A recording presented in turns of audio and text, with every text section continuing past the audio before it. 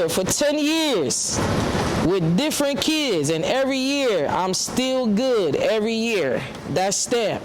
Y'all could check that. Okay.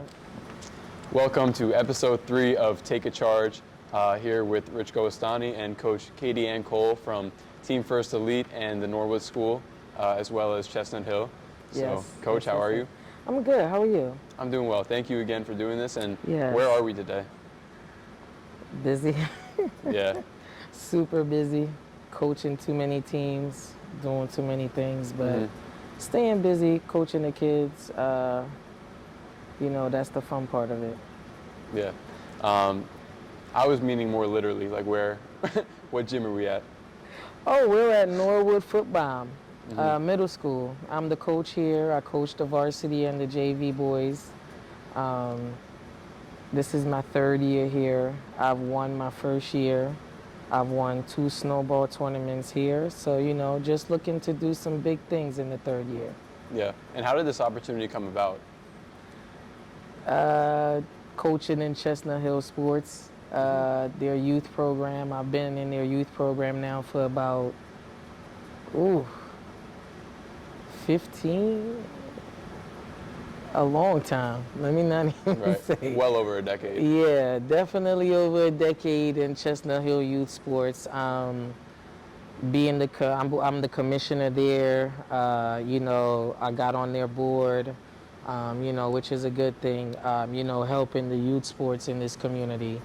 And one of the parents, you know, from me being in Chestnut Hill and coaching and knowing me, you know, they were like, you know, Norwood is in need of a coach. Would you like to coach? And I said, yeah. So, you know, I'm taking my steps, you know, one step at a time, however they come. I'm not, you know, rushing the process. I'm just enjoying the journey of coaching. I enjoy it every day. Every day that I come to practice with the kids, just the smile or them to be excited to, you know, see you, or just like, you know, the fact that younger kids, I don't know, it's just something about when they're in that learning process that makes it fun. So would you say you prefer coaching younger kids? Oh, for sure. They listen more. They want to work hard. They want to get better. At that stage, they're very much so focused.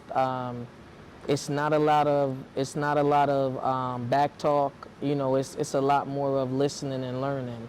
I think when they get older, they become content with their game. So whenever you're trying to critique them, they don't want to be critiqued. Older kids nowadays, they can't take criticism when it comes to their game. So it's kind of like, you know, if they don't have a left hand and you tell them they don't have a left hand, you can't tell them that. They don't believe that. You know, they're that much like, they think their game is like already there, or that their game don't need any improving or anything like that. So that's the difference for me. I like the younger kids because they still know that they need things to work on. Right. So. Got it. So just to give people some background on you again, so you're currently the head coach and the director and everything in between at Team First Elite, and then you're also the head varsity coach here at Norwood. Yes. But just to give, I guess, a very high-level overview, where were you born? What was your upbringing like? So I was born in Jamaica. You know, my upbringing is of, you know, island descent. You know, I moved here when I was a teenager. I moved to New York City. I did middle school and high school in New York. You know, I did college in New York.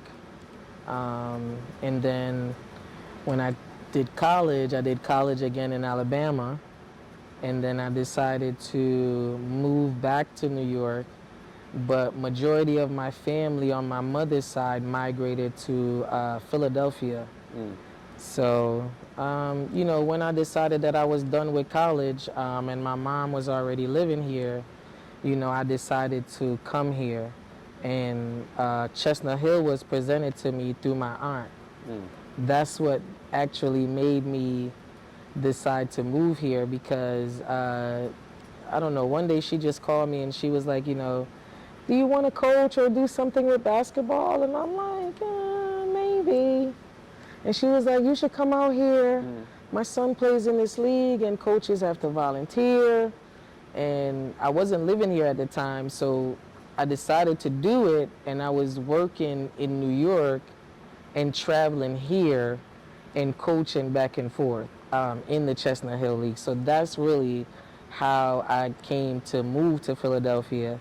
And then I liked the first year of coaching in the Chestnut Hill League, and then I was like, you know what, I'll just move here. Wow. Yeah. And then I just moved here, and then I did the league, and then, that was that. And then I've been in Philly ever since. So would you consider yourself a Philadelphian or a New Yorker? No. Neither. I mean, to be honest with you, I consider myself a New Yorker, but I also consider myself, from Philly too, because I've been here for some time as well. And, you kind of, you learn things here, you learn the people, you get adjusted. And plus, the kids say I got to stop saying I'm from New York anyway. So Yeah. I can't say New York, but if I'm a rep somewhere, I'm always rep Jamaica. So that's it. Okay. That's going to always be the number one. Let's talk about your playing career. So at what point did you start playing basketball? I started playing basketball when I moved here to the U.S. In Jamaica, there's a sport called netball. That's the sport I played at first. So when I moved to the U.S., I mean, I knew about basketball, but, netball has no dribble. So one of the things that, for me, that was good for me was my shooting. So all I needed to do was just add dribbling to it. So when I went to middle school and I started, I wanted to play and it didn't have netball, I had to choose basketball. So I had to learn how to dribble, and I had to learn how to dribble and shoot. So, I mean, I thank netball all the time because it's what gave me my shot. I try to tell the kids all the time because... You try to tell them to play netball? Yeah, because it's a sport that the basket doesn't have a backboard. So that's how I learned how to shoot. It's a rim, it's standing up, and it has no backboard. So you'll see that rim right there with no backboard. And you have to practice your shot. So that's what I used to practice on for my shooting.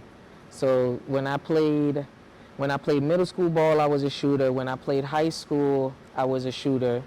And when I played college, I was a shooter. Like, that was my game. I was a shooter. So I used to be knocking down threes in the corner in the same spot. Like, that was just it.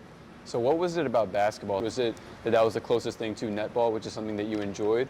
Or were there specific figures in the basketball community and just within the culture that you really gravitated towards?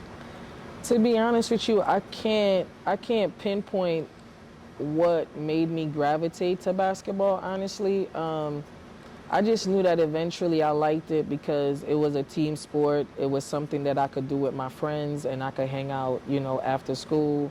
And it was just the bond that I had with my friends and playing that made it fun. And it made me want to, continue playing.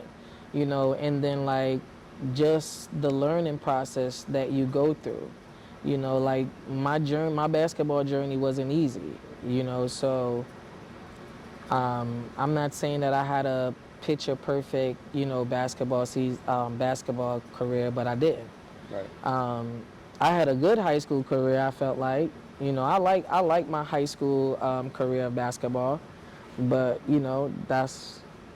I don't know, I just loved it for the team, the sisterhood, the brotherhood, just everything about it. And then, playing the game, the crowd cheering you on, and then when you're a shooter and everybody's like, that's the shooter, you gotta get her, stuff like that. It's like, how can you not like that, if you're a villain on the court, or if you're like the hero on the court, like, either way, it makes the game fun. And then you can have your parents come and your family come and you get to perform. That's like the best feeling. So that's why I like coaching, because for my little kids, it's the joy of seeing them happy and then seeing their parents happy and the fact that they're making their parents happy. It just brings back memory for me as well. Like, that's the whole point of playing. It's the excitement, Right. Were you Did you always play with girls, or did you play with boys, or was there a mix? I always played with boys. Um, my family, I mainly have a lot of male cousins. Not too many female cousins. So growing up, it was just like me and my male cousins all the time. And then when I lived in New York, I lived across from a court. And I mean, it's not many girls you're gonna see out there playing basketball, so you got to play with the boys. So I was always playing with the boys. Right. Was it weird when you went to go play with just girls, like say in an organized setting like high school and college? No, because sometimes when you play with boys, it gives you a sense of when you go to girls, they don't match up. It gives you a sense of confidence because if you can play with the boys and you can hang with the boys, when you feel like when you go, with girls, like they got to bring it too. Right. So, I mean, no, when I went to play with the girls, it was like time to cook. So that was just fun. When you went to play with the girls, did you kind of stay within your strength of being a shooter, or did you feel like, okay, I'm a shooter around the boys, but around the girls, I could pretty much do whatever I want, or what was that experience No, I like? stayed with my strength as a shooter. Honestly, I mean, if anyone would tell you, like, I was just a straight shooter. I could shoot it from anywhere. Anywhere behind the arc, I'm knocking it down. Yeah. So, and I played my role. That's the thing. So I think once I found what my role was and what I was good at, I stuck with it. And I think that's what kept me, in the game or on the court. I come from an era where you had to play your role, so if you're a shooting guard, you're a shooting guard. If you're a point guard, you're a point guard. If you're a big, you're a big. So, like I said, for my high school, we had a point guard, and she was good. So I didn't need to play point guard. Right. She'll break down the defense, and she'll find me, and I'm knocking it down. And I have in my pocket if I do need to use them. My workout used to just be everything shooting. Whenever I used to go to the courts by myself, I used to just shoot as much jump shots as possible. I used to keep it simple, one dribble pull-ups, just everything simple to the jump shot. I'm not going to say like, I had a crazy ball handling package. I didn't. Like, my ball handling package was simple. I could catch you with simple moves to the jump shots or simple moves to the bucket. But like I said, my bread and butter was I could catch and shoot. I had a quick trigger. I could knock it down. I still do now. Yeah. So, Don't want to be after Coach Cadi in 100. Nah. The kids know I talk my smack. I'm the best shooter in TFE. Yeah. Yeah, because when I played, it was Wolfpack. Yeah, well, I'm the best shooter in Wolfpack too. Yeah. I hear you. Nobody in Wolfpack can shoot better than me. So that's a no. Okay. My journey affected how I am as a coach or how I want to be as a coach. I didn't have I don't have any coaches that I could say that I go back to or, like I look up on and I could say that I'm appreciative of that coach. I don't have that. So you're saying you had the opposite of that? I have the opposite of that. You know what I mean? And this is not to talk bad about any coaches that I've had because my high school coach is still my high school coach right now. But we have no relationship. Right. You know what I mean? And if I'm being honest, I don't even think dude likes me. So it's just like, I'm not going to say that my journey as far as, anything was perfect. Will me and him be cordial? Yeah, we're cordial, for sure. But when I was going to high school, the impact that I see him doing now as a coach, he didn't have that impact when I was there. You know what I'm saying? And what he's given to girls now, he never gave to me. But I'm appreciative that he's given it to those young ladies now. Right. He's given them what they needed. But, you know what I'm saying, will everybody be honest about how they started out at first? doing it, and he was a young coach coming in, to be honest. Right. He was like 24, I think. You know, that's young. Yeah. So young to be dealing with girls, and I'm not going to say that I was the best athlete, because there were a lot of things that I take away from him that I use today. You know, like when he came in, he was straight about hard work, running. He was running us. I mean, there was a practice, he ran us so bad, all of us was on the baseline cursing him out. I mean, F-bombs, calling him all sorts of names, and he didn't care. He's like, listen, you could walk out the gym, and if you walk out the gym, you're not on the team, or you're going to do this running. And we, as much as we're cursing, we're running. Right. You know, so it's like, he still had some good qualities in there that he taught me. But what I'm saying is, it's just like, kids nowadays, they look to coaches, you know, the coaches to mold them, to help guide them, you know, who helped guide them to college and things like that. Like, you know, like I said, I came from Jamaica here. I can't even remember my middle school coach, you know, Yeah. and again, my high school coach, he was my high school coach for 3 years. My first coach, my freshman year, I liked him. He was a nice guy. He liked me because he put me on varsity and not JV. So as a freshman, I made varsity, you know, and I played varsity all 4 years of high school. But like I said, I don't have a coach that I can say, like, you know, like I can go back to, and you know, I could be like, this coach impacted my life. So that's, for me, that's a reason why I wanted to be a coach. Right. Because I feel like some coaches drop the ball on certain players. And I don't never want to be that coach. Yeah. You know what I'm saying? Like, I want to make sure that every kid can get something out of me, whether good or bad, but they're going to get something out of me. It's really interesting how people are on totally different sides of the spectrum. Like, so for me, I wanted to coach because, you know, there's a little bit of, I thought I was smarter than all my coaches, like growing up. Right? Oh yeah, like me? Yeah, you know, at times. I think you definitely felt that too. Like, but it this was kid fun, thinks though. he knows everything. But honestly, you know, when you were like that, it was fun, because for me, I like a challenge like that.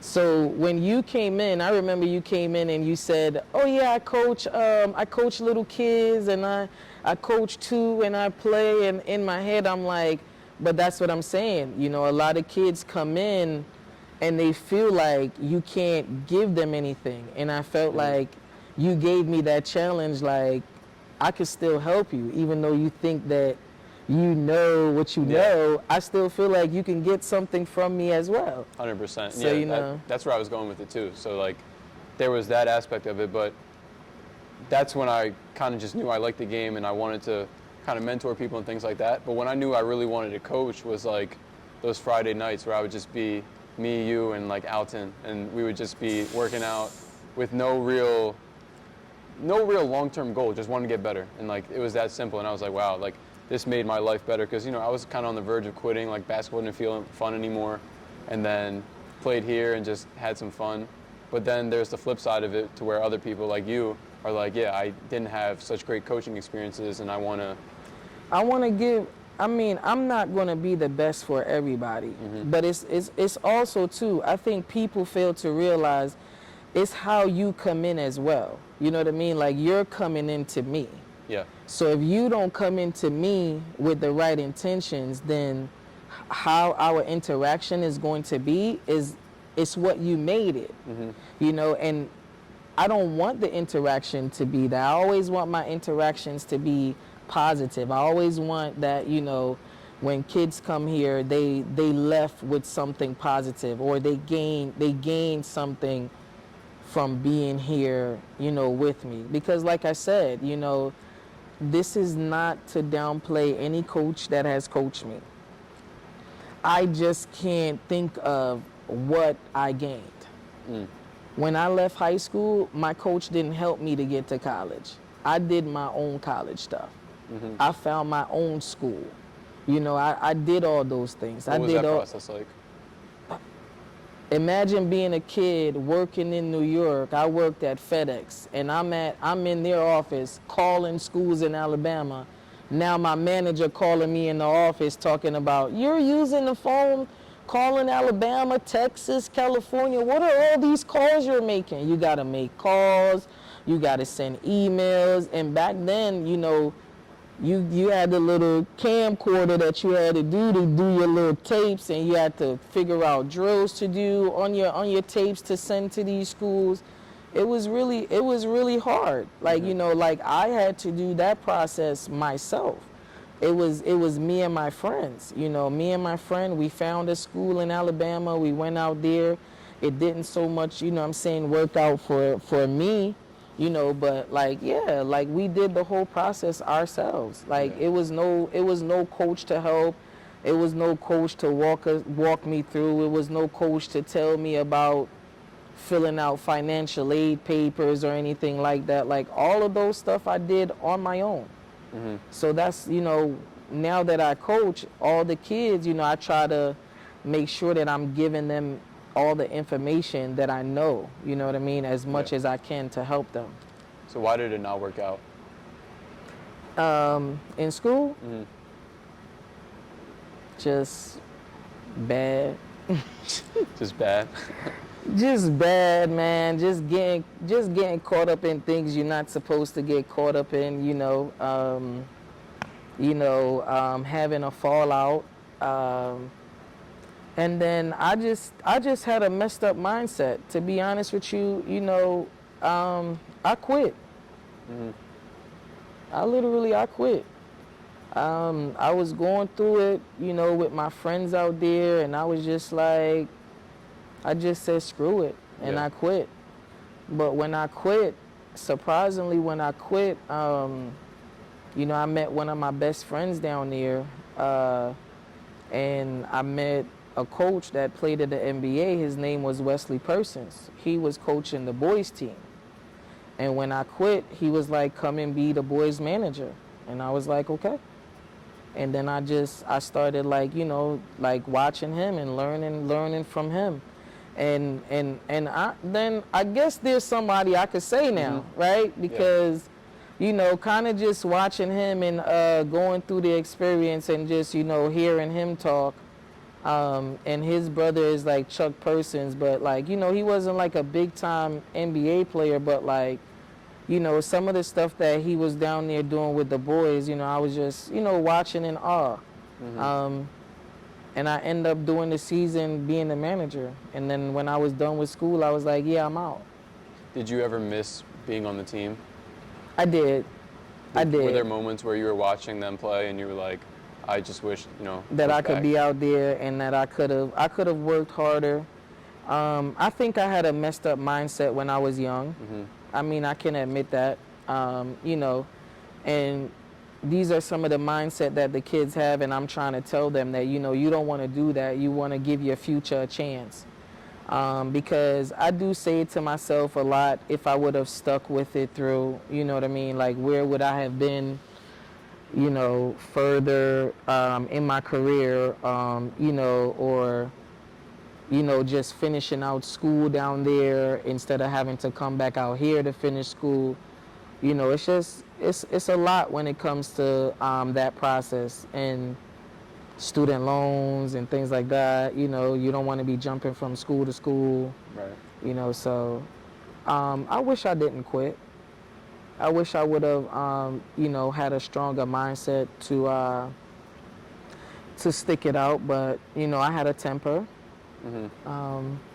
Yeah, it's also tough being a first-generation immigrant. Like, obviously, my mom and how she's an immigrant, right? And like, there was no one in my family that played basketball, and so it was kind of like when you're going through those moments, you don't have anyone to walk you through how you're feeling. You don't. And so, like, once you quit, you quit. There's no really walking through that process. You kind of got to go through it alone. Did you feel like that? And my family is, again, Jamaican. Soccer is the thing, or like, track.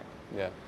So yeah, when it came to basketball, it wasn't like, it's not a lot of people. There's not anyone in my family that, like, You could turn to. play basketball or like, anything like that. My younger cousins now or whatever, but like, coming up, yeah, it was no one to turn to. And two, my family, my mom and dad, they were about working and taking care of the family. So like playing a sport was like, you play a sport, all right, cool.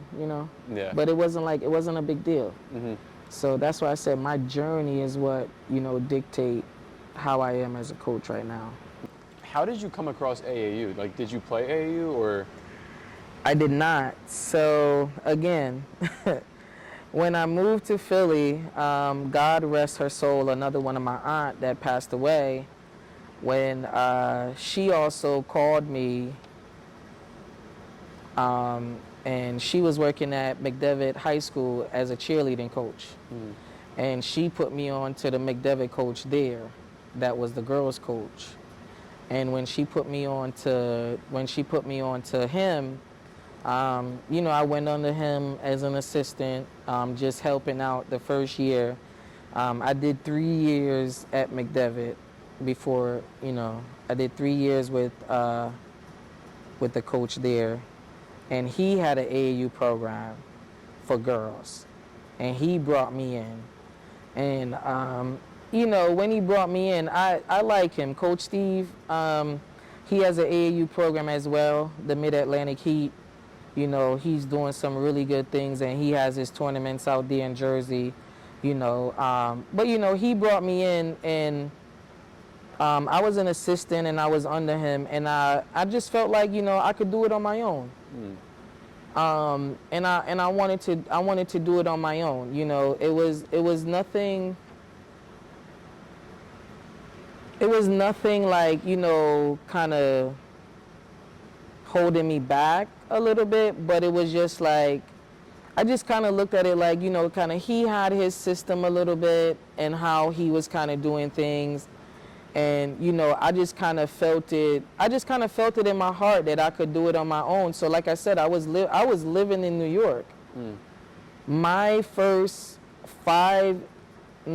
let me not say 5, my first 2 years or 3 years of coaching Wolfpack, I was traveling back and forth from New York because I worked in New York, and I was working in New York, living in New York, and you guys didn't know that. I was coming here just to do practices and stuff. Wow. So I was going back and forth, and again, I was sitting at work. We had practice like 4 times a week. Yeah, and I would leave you guys, and I would go work overnight.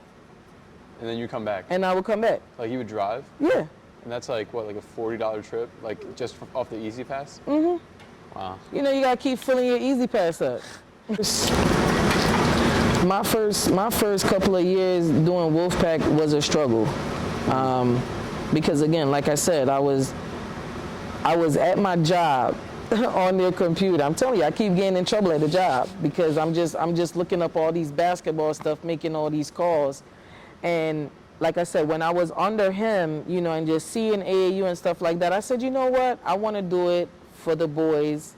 I'm in Chestnut Hill. And why the boys?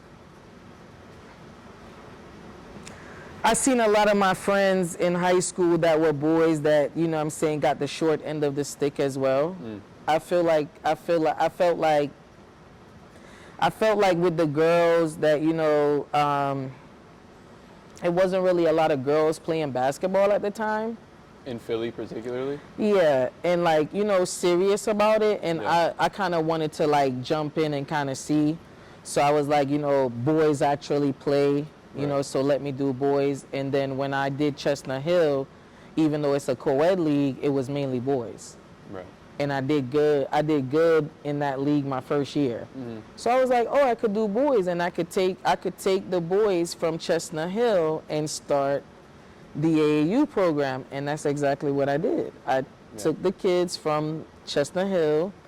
I started talking to their parents. I started offering training and free training or cheap training, and then I was like, yeah, they should do AAU, and then their parents said yes, and that's how I started. What was the process like of just starting your own team?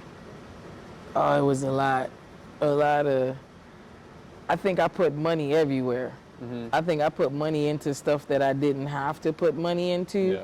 But it was just like I was trying to make sure like you pay for everything. You pay for the AAU membership. You pay for this. You pay for that.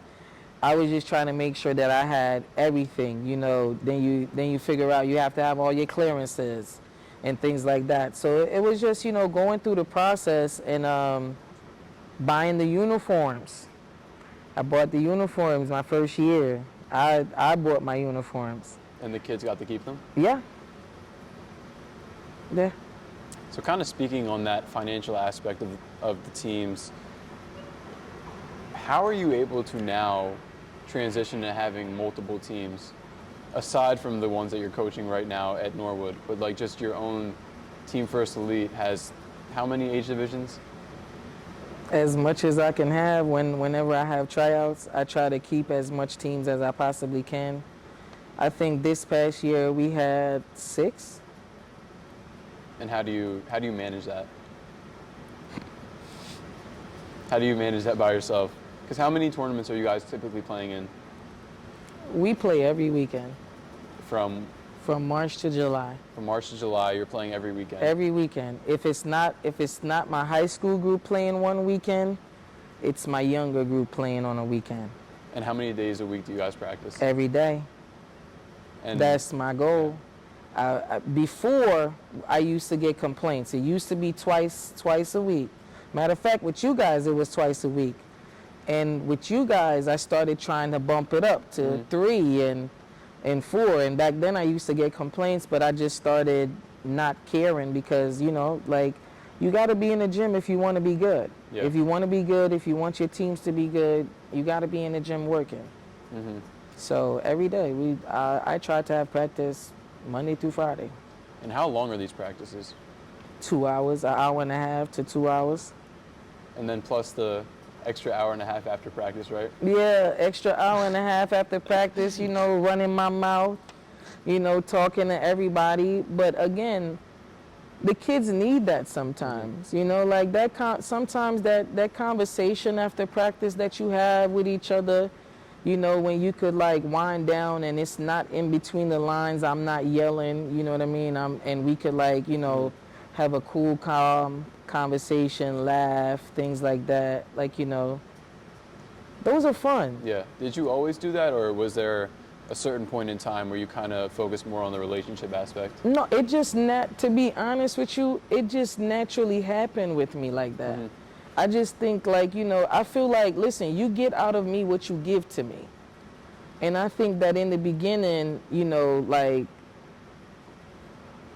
I don't know, the kids just naturally, like, they just, like, started talking to me after the practices, and we just started talking, and we just started laughing, and it just seemed like after every practice, it just kind of became like a thing, like, let's talk after practice. Like, we know that we can get a certain type of conversation going, after practice. And it just, even, some parents that I became cool with, it was like having those good conversations, after practice. And I mean, I'm not going to sugarcoat anything. I'm basically, telling it like it is. Right. I don't want anybody to come back and say nothing. You heard it from me. We had that conversation, and I mean, that's why we talk. We talk after practice and things like that, and it just so happened that has helped me to build some really good bond with some of my players. So. Right. And how do you balance that relationship along with the respect aspect of like, hey, I'm still your coach. Hey, like parent, I'm not your friend. I'm your son's coach. I say it up front. I say it up front. You kind of let them know up front, and then they would know, like, okay, I know how she is, so all right. A lot of these kids, and this is no dig to some of these parents, but when I get these kids, you guys used to come around and walk in the gym and not even say hello. Mm-hmm. You remember that? Yeah. And I used to be, hello? Say hello to me. Like, greet me when you come in. Mm-hmm. And it was just like eventually like just doing little things like that, telling them how to say hello, how to say, good morning or goodbye, or like, just certain things. Like, I think once I establish that with them in the beginning, and I'm like, listen, I'm this way when I'm in between the lines, and I'm this way when I'm not. Yeah. How can you go wrong? Because I'm being upfront about how I am. So you kind of see how I am when I'm coaching, and then all right, she's not coaching, she's calmed down. We can talk to her, and it's like, okay, all right, Yeah. cool. So then it's like, all right, I know not to BS with her on the court. Right. Off the court, I could play and joke around with her. On the court, all right. And some kids can figure it out, and then there's some kids that don't. You know, like I had kids this season that didn't figure it out. Didn't figure You out know, what the like who I am. You know, because and they weren't open. You know, and that's what I'm saying. It's like if you're not open to me when you come in, then it's like that relationship is Right. not going to be, you know. And again, I'm not going to be every kid's best friend. Yeah. Or I'm not going to be every kid's, you know, we're not going to have that relationship. But I'm saying how the kids come into me, like that's how you receive. If you come in and you're being standoffish and I got to like pull a smile out of you and pull conversation out of you because you don't want to talk and you Yeah. keep being that way. And that's kind of the way that a lot of these high school students are. You know, they make it difficult to crack them. And why do you think that is? Do you think that's something that they've just been accustomed to within their environment and their upbringing, or they think they're too cool, or what is that? I think it's that they think that they're too cool sometimes, you know, and then it's like with this basketball thing too, you know, everybody wants to be a superstar. Yeah. Everybody comes into an AAU program with an agenda. Every kid, every parent comes into an AAU program with an agenda for their kid or for their self. And it's usually personal, right? It's usually something that's selfish because it's a personal agenda. Right. It's not an agenda for the team or the program. It's an agenda for self. You get what I'm saying? So it's like when you come in, now here I am talking about what? An agenda for what? Team. An agenda for the program, an Right. agenda for everybody. You know, and then it's like at the end of the day, these kids are coming in like, I'm going to score 20 points a game. I'm going to do this at the tournament. I'm going to do that. And it's like, but then when they go to the tournaments, it's a lot more difficult now. You know, and a lot of these kids are not putting in the work that they say they're putting in to participate on some of these levels that they want to participate on. You know, so sometimes they get a rude awakening when they go to some of these tournaments. So yeah, it just... Yeah. Why do you think that is? Why do you think that they come into AAU thinking they're a superstar and then go into high school maybe not with that same attitude? Is Or it that they want to be a superstar? Everybody wants to be a star. That's the thing. Every kid wants to be that. do you think that's wrong? I don't think it's wrong because I don't want to kill any kid's dream. If you have a dream, dream.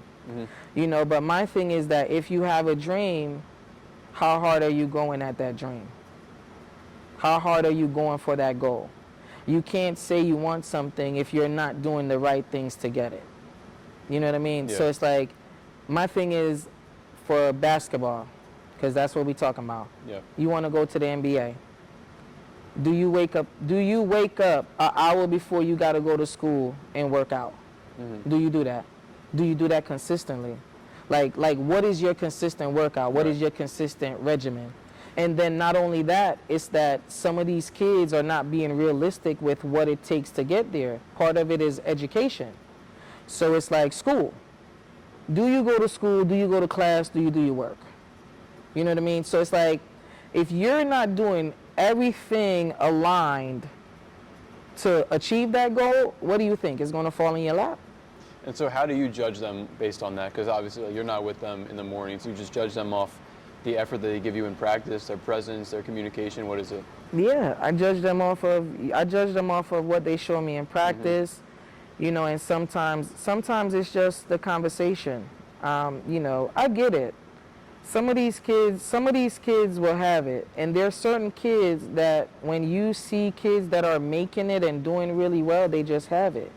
They've locked into it from a younger age, and that's why you were able to see their game grow. And then there's some kids where they're good, but they didn't have like the surrounding pieces. It was like certain pieces that were just like missing to help get them over that edge.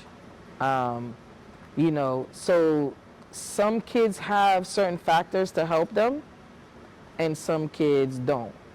And you kind of find that out when you start having like little conversations with them, and you just start talking to them, and you kind of start hearing what their routine is, what they like to do, what they don't like to do, and these kids, they talk. They talk. Whatever you're sitting down listening and you hear them talking about going out or doing this or going with this friend, and you kind of could tell like where the priorities are and where they aren't.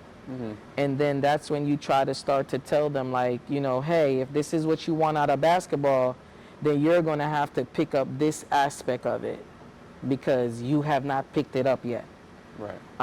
And then you kind of start to show them, you know what I'm saying? You kind of start to lead them a little bit. So, I even though I tell them, I lead them.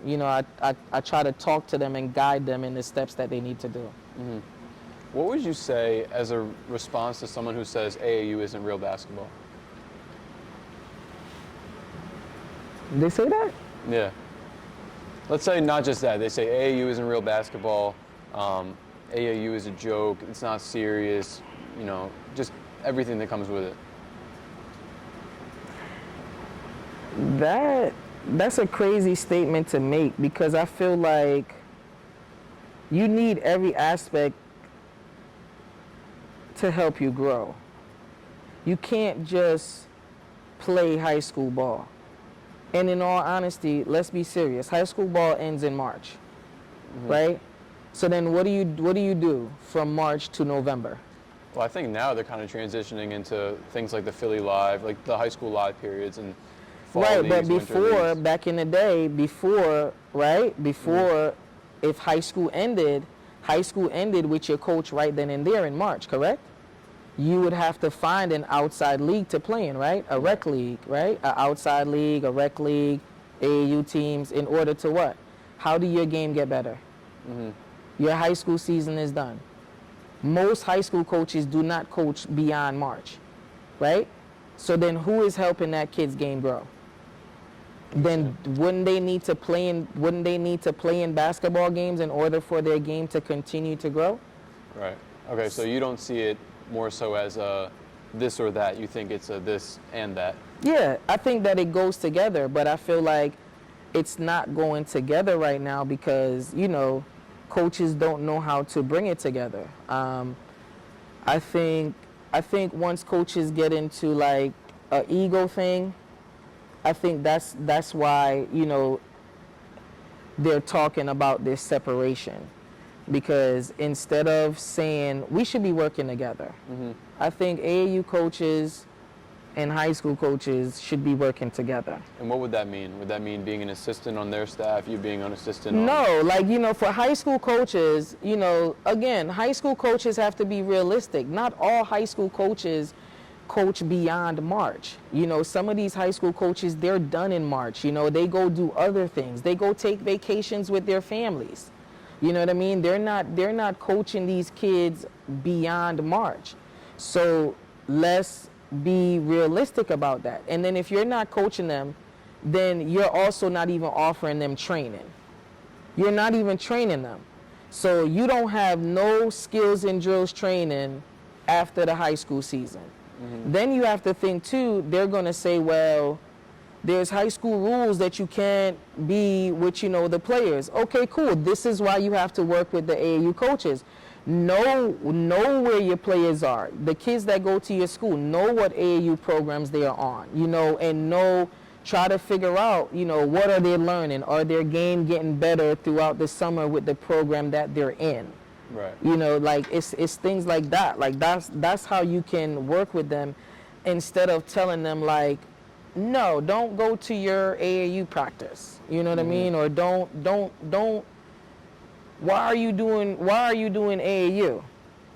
Literally, I've been in Philly and I had one kid for a school. I won't say it, but for the school, The coach kept telling them like, "Why are you going to your AAU practice? Don't go." He didn't have them in games.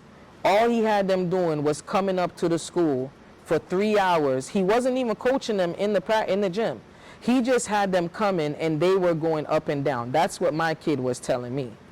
So that's what we can't judge each other, because it's like, what are we doing? Are we really trying to help these young men to succeed and move forward, with their lives? It doesn't have to be that they make it to the NBA. We want them to make it to college. We want them to do something, even if it's something small. But again, you're teaching hard work. You're teaching dedication. Like, they have to be that way within a job regardless, right? Mm-hmm.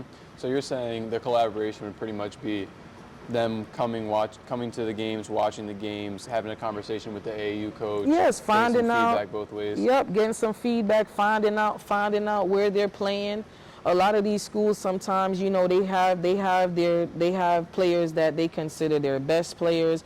You want to know how they're growing over the summer. How are they getting better over the summer? Have they gotten better over the summer? That way, if they come back to your program, are they going to help your program win because they got better? Right. I think it gets challenging for a high school coach too, especially if their players are all playing for different teams.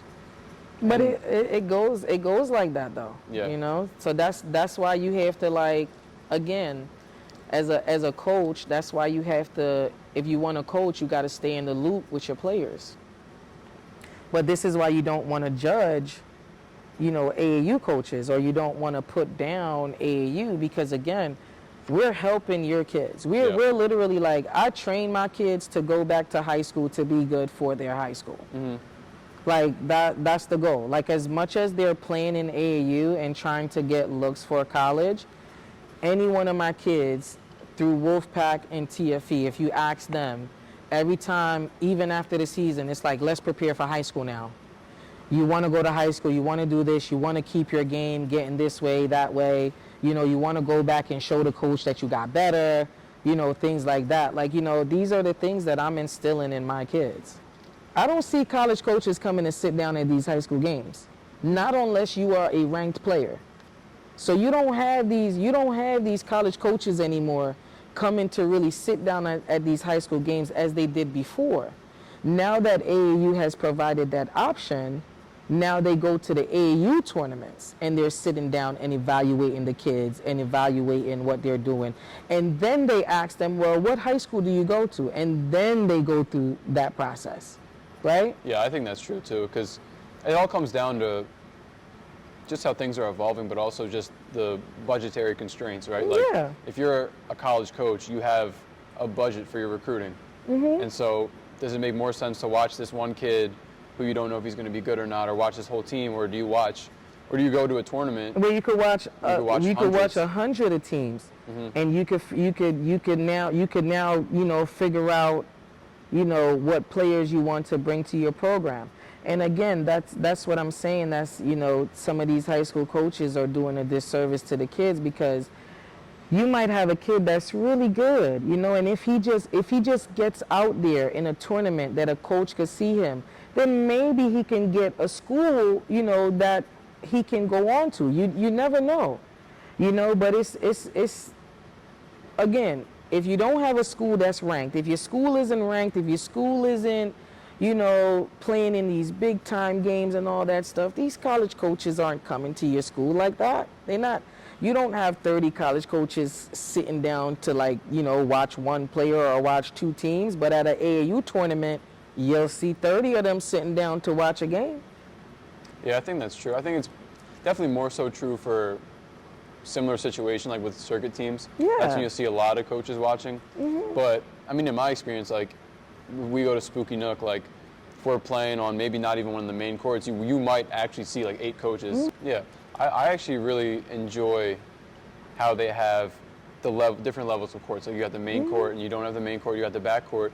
Because when we're preparing for these tournaments in practice, I tell my players, like, listen, you want to get seen by a coach, it's not going to happen unless you win. And if you don't win that first game, you might as well just not be at this expensive tournament. You might not. Players that have left my program has either left my program because they did not like me personally as a coach, probably, you know, my coaching or whatever with them. Or What part of it do usually, you think they didn't like? honestly, that I didn't kiss their ass, to be honest, you know? Um, like I said, a lot of these players, they come in as if like, you know, you gotta kiss their butt, you know what I'm saying? And it's just like, I don't know, I'm not for that. Like, you know, I can talk to you and tell you that you're good and try to help you with the necessities that you need as far as, you know, within your game. But like, you know, like I said, some kids, they come in hard nosed a little bit, you know. They don't come in open. You know, and Yeah. again, that doesn't make it fun either. You know what I mean? Like I'm trying to play hard nosed basketball, but I'm also trying to make it fun. Yeah, You I know? think this is where I completely blame the adults because I don't think it was like this a few years ago. I think the more AAU teams that we've added and all that, those sort of things, Yeah, and the fact that they they, have these options to go to like, you know, well, if I don't like this coach, I'ma just it was cool, but I'ma just leave and I'ma go to this other team or whatever, you know what I'm saying? And it's just like, you know, I get players like that, or I get players that are like big headed, you know what I'm yeah, saying? I get players that, you know, I can get them better, and I have gotten them better, and because they felt that they have gotten better, they're like, oh yeah, I'm about to. They think that they've made this quantum leap, but they have not. yeah, I think so too. Like You I know, think, like it's just like they don't trust the process. It's like they're jumping the leap very early. And then I've had players where, like, you know, coaches have come and yeah, they reach out to the players and say, hey, you know, come over here because we have it better over here. And it's like, if you're gonna really tell my kids that, please have better over there. You know what I mean? Like, don't reach out to my kids telling them to come to your program and to come over here when you know you're not gonna give them anything. You're not going to give them what it is they're looking for. So let them stay with the program that they're with and build their profile, build themselves, instead of like having them, you know, team hop for your personal gain. That, I think, is a coach's personal gain when they do that. I think so It's too. not right there. It's not about the kid. You know what I mean? Like, because too, why do you want to talk down on another coach? You know what I'm saying? And then to talk down on another coach that you probably don't know either. You know, why do you want to say that your program is better? You know, kids can tell a good program from not. We all could tell these good programs. We can tell who's doing good and who's not doing good. We can tell. Yeah, You know, so you don't have to go tell a kid, you know, come play for me because it's better over here. it's just kind of ridiculous when you think about it. Like, what's really your agenda here? Like for me, my agenda is I want to help as many kids as possible. So that's why I never understood like, why as a coach are you trying to talk to my kid knowing that he's in a good situation? Like, you're not helping more kids, you're helping less kids, and that's where it just gets weird. Like, Yeah, that I do not do recruiting. yeah, I do not do recruiting. I just listen, I'm going into year 10 next year. I've done this on my back. A female, an African American female in Philadelphia, coaching boys on my back by myself. It's a bunch of us out there, but as a female, it is hard. yeah, It is hard. And you have to deal with these dads, you have to deal with these young men with the attitudes, you got to deal with the moms sometimes, you know, and the moms with the attitudes, and they don't understand that I'm going into year 10, and this is literally by myself. By myself, me and Coach Mel. I've had people that have come into the program and helped here and there, but again, this is a volunteer job that I think everyone forgets that it is volunteer, and the time that we give up. yeah. Volunteer is and- maybe an understatement because you're losing lots of money as well. And these parents, they don't, and the kids, they don't look at that at all. They look at it like as if you're supposed to keep giving them. And whatever it is that they want out of you, they're going to be like, no, well, you know, and it's just like, we're supposed to be working together, not working against each other. For me, with doing AAU, every year I put my money into it, my own personal money. Right. Again, I'm just a nice person. And I just want to coach basketball. I want to have my program. I want to keep it running, you know. And again, I understand that my journey isn't going to be perfect, so whatever steps I got to take, if I got to go through the growing pains, I'm going to go through the growing pains. Have I gone through the growing pains in 10 years? Yes, I have. You have parents where I was having a meeting this year. I had a parent, and she's talking about the finances part of it. And, you know, she wants to know in the fundraisers, and she's asking all these questions. I have all these questions to answer for you. I think that when you give a price, these parents, they look at the price you give, and then they start counting the kids. And they start counting like, well, if she's charging $500 a kid and she got 30 kids, that's like $30,000. She collecting $30,000. What's she doing with $30,000? Well, let's see. The tournaments cost between, if you're doing a regular tournament, and again, it's the level you want to play on. You want to play in the top tournaments. Those top tournaments cost what, 500 and up. Let's say 500 and up. I'm doing about 16 tournaments. Not each tournament costs 500. Then you have tournaments that are in live period. Those are a little bit more expensive. Those are the ones that you play in front of the college coaches.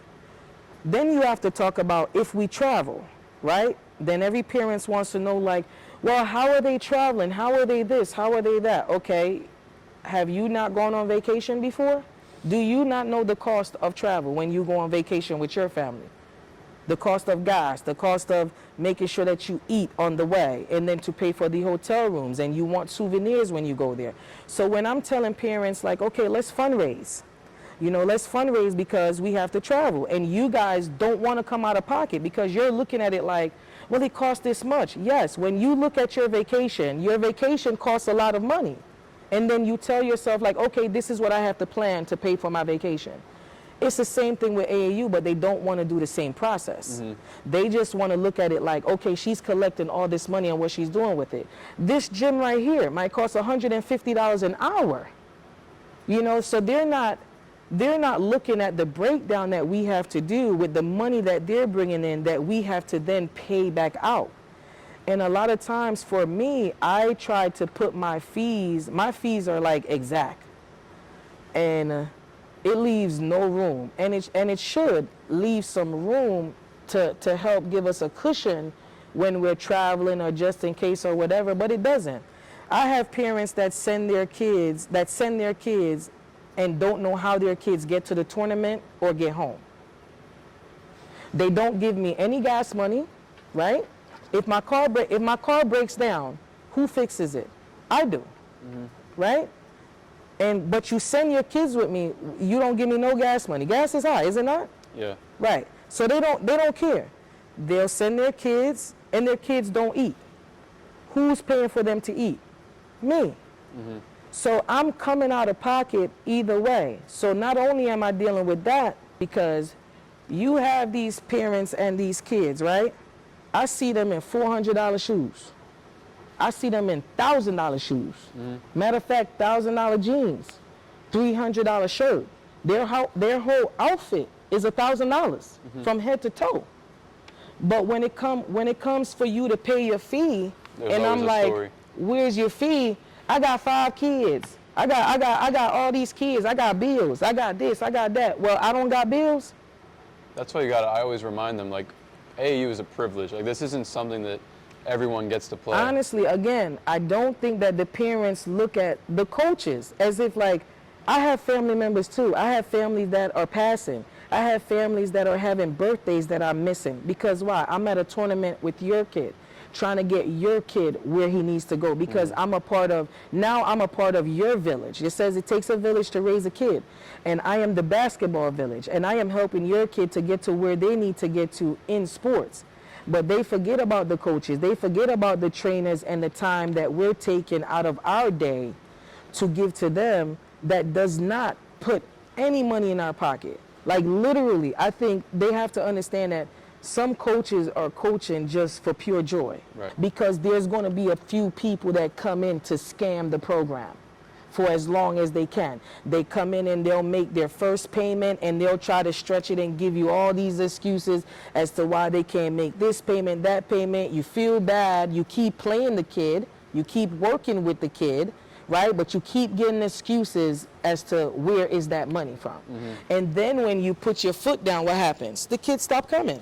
Now, and the sad part is that I always love the kids. I love the kids to death. And so you never treat a kid differently?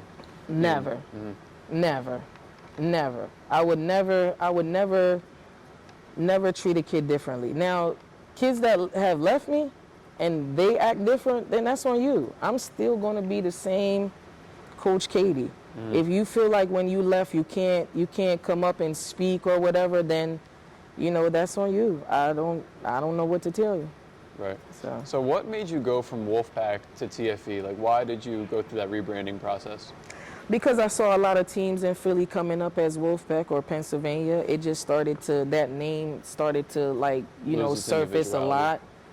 And when I first gave the name Wolfpack, it was not many teams named Wolfpack. How did you at come the up time. with the name Wolfpack? The movie Hangover and the funny guy, and he called the group the Wolfpack and the brothers. I was just sitting down watching it one day, and I was like, ooh, the Wolfpack. And then one of my other favorite shows was Bring It On with Miss D, and she's so tough.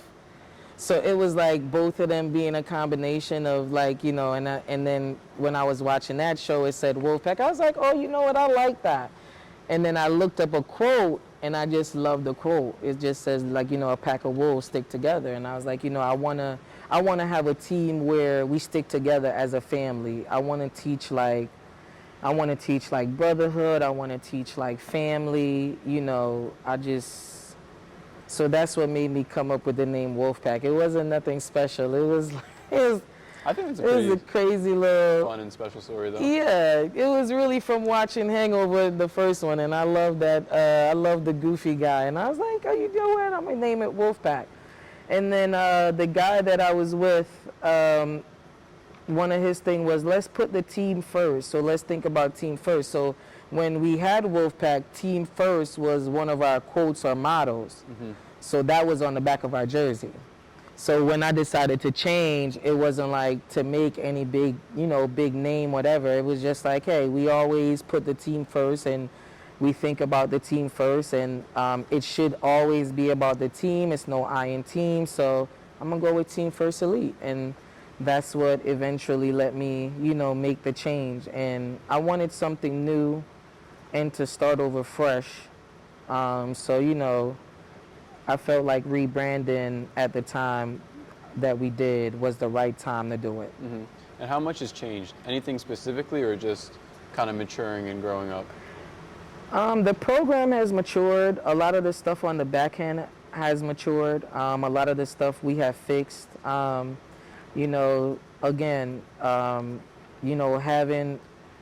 I told my parents this year, they would not have wanted to see me my first couple of years and where I was at. I was literally coaching kids on the sideline collecting money, and writing out receipts while I'm coaching. It used to be hectic back then. Now that we have things smoothed out, fixing our website, being able to, fix our payment system, being able to make certain connections so that the program can grow, so that we can travel more, So, yeah, I like the direction that it's going in. I just hope that I can, keep surrounding myself with the right people to continue to make the program grow, Right.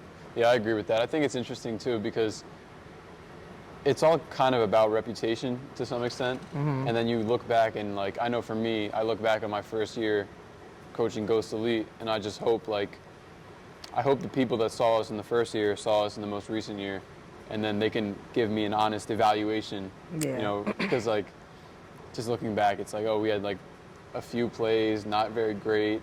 Now it's full on sets, just better communication, actually developing relationships with people and figuring it out. But I think people don't really think about the fact that coaches have their own learning curves as well.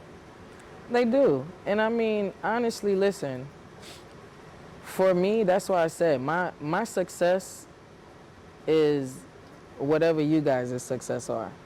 That's going to make me happy. So like I said, even sitting right here doing this and this experience, you know what I'm saying? This is a win in my book for me. Um, you know, like I don't need the glitz and glamour part of it. You know what I'm saying? Like I'm a low key type of person. Like I'm appreciative with the smallest gesture. You know what I'm saying? Like if you could remember my birthday and text me happy birthday, like, you know, it doesn't have to be a gift. It doesn't have to be anything. You know, so that's what I'm saying. Like I'm not here to say like I want my kids to everybody got to make the NBA or be some type of professional. You know what I mean? Like this is success right here for me. Right. You know what I'm saying? You played with me, you start your own program, you teaching young men some of the same things, going through the process, understanding the process, and still, you know, willing to like want to give back to the next generation under you. Like everyone don't have that in them, you know, to help the next generation coming up. So sometimes if you can have someone, you know, come through your program and eventually go off to do, you know, great things, like, come on, that's a number one win. So to see you with the boys and to see the program, yeah, and it's the same thing as you said, even for myself. To see my program and where we started 10 years ago to where we are now, yeah, you know what I mean? Like we've grown. Yeah. What do you think some of the biggest differences are with the program, but then also you as a coach individually? The biggest difference is the changes. As the years go on, the kids change, the parents change. It's just adjusting to the change. I think that's my biggest thing that I'm learning, is to make better adjustments with the kids and the parents. But you know, what's the second part? Just you individually as well. Like, what do you think? How have you changed throughout these last 10 years? Looking at it now in year 10 versus year 1. I'm a little more lenient because again, I would say so. I've been I'm a little bit more lenient, you know, but it's the kids that I'm getting, man. It's the kids and the parents. You know, now, you know, when I had you guys, you know, even though you guys came in with like the same type of attitude, you guys were kind of hungry though. Like back then, like the kids back then, like you guys were hungry and you guys wanted to give 150%, and you were willing to want to get better with your team. You weren't standoffish from your team. You know, and you guys weren't judgmental back then. I think now it's a lot of judging, you know. So you have kids like they say they're about team, but they're not. And then it's like when they play in the game and they go back in the car with mom and dad or dad, and they're like, well, yeah, you know, they start talking about other players, and you know, so it doesn't. That's the difference that I'm dealing with. Whereas I don't think that went on for me a lot back then. Right. It's dealing with those changes with the kids that has caused me to like, can I be tough on them?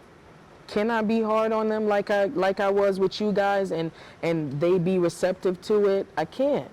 You know, like literally, like if they give me attitude and I kick them out of practice, then they hate me for life. But if you guys give me attitude and I kicked you guys out of practice, you come back and we still talking the next day and smiling, right? So that's the difference. The kids now, they don't have that. They would dislike you for calling them out and disciplining them. What are some of your long-term goals for TFE, but also just coaching in general? My long-term goal is to just leave a good legacy, to be honest. I want to build a program that is a long-lasting program that, you know what I'm saying, y'all kids come and play for, you know? Like, that's the type of program I'm hoping to have, you know, and that's what I mean, you know, trying to build the right foundation and keep the right people in it is what makes it hard, but, you know, you just have to keep pushing. You know, that's my goal. For myself, you know, Honestly, I just enjoy coaching. Wherever it takes me, it takes me. I don't think like, I'm not really thinking like anything big time or anything like that. I feel like if it happens, it happens. But like, I enjoy where I'm at. I enjoy coaching young kids as they grow up and they get older. Like I have some kids now that's in college that I've been coaching since they were like 8 years old or whatever, and it's just like that's the beauty of it. That's what I like. Saying to be able to say, man, I watched that kid grow up. And he turned out to be an exceptional young man. So now we're just going to go through the speed round. We're going to start with the best big you've coached. Now, Best defender. Alton and Demir. Best scorer. Zay. Best point guard. Yeah, let me give it to a couple people. It'll be Zay, John. Rich. Harley. Yeah. All right. Best shooter. B-Dot. Passer. John. Craftiest. Zay. Most underrated. You. Most improved. Harley. Best attitude. Harley, Drew, and Sully. Best teammate. Those three. Best story. My favorite story is your brother. So when you guys came to the tryout, we always talk about this. I swear to God. And he's like in the top 3 of shooters for me too, in the program. So, but when he came, didn't know that you guys were brothers. And I'm sitting at the table with the coaches at the time, the coaches I had, and the little group I had, and I could not remember your brother for the life of me at the tryouts. I could not remember him for the life of me. And Coach Mel was adamant, and this other coach we had, his name was Coach Alex. They were adamant, like, yeah, no, you have to pick up this kid, man. And they was like, no, he's their brother. And I'm like, what? I'm like, no, I ain't picking him up because he is brother. What do you mean? I didn't see him. I didn't recognize anything. And like I said, Coach Mel and Coach Alex, they were adamant. And then, like, I'm not gonna lie, the first practice that he came to, I actually fell in love with him. The first practice, just his energy, his work ethic.